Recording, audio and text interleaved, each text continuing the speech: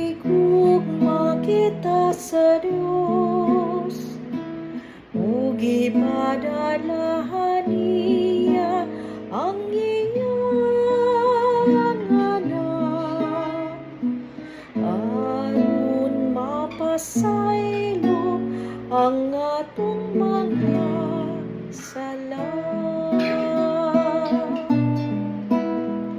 Ang tao dili mabuhi sa tinapay lamang, kundili sa mga pulong nga gisulti sa Ginoo.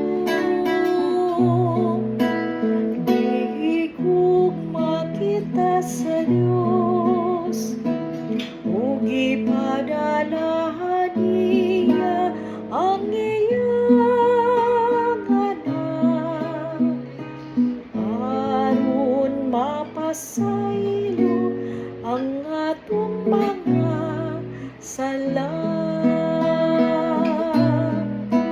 Ang Ginoo ang dalampanan sa tanang kaliwatan, ang iyang gugma magpabilin, walay katapusan.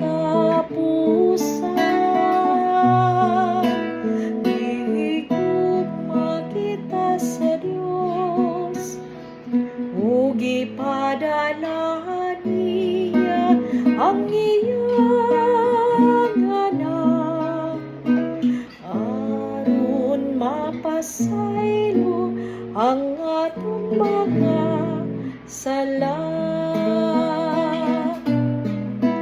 Ang Ginoo dili malipay sa kamatayon sa nagsalaat, kundili nga mubalik siya ug magbago.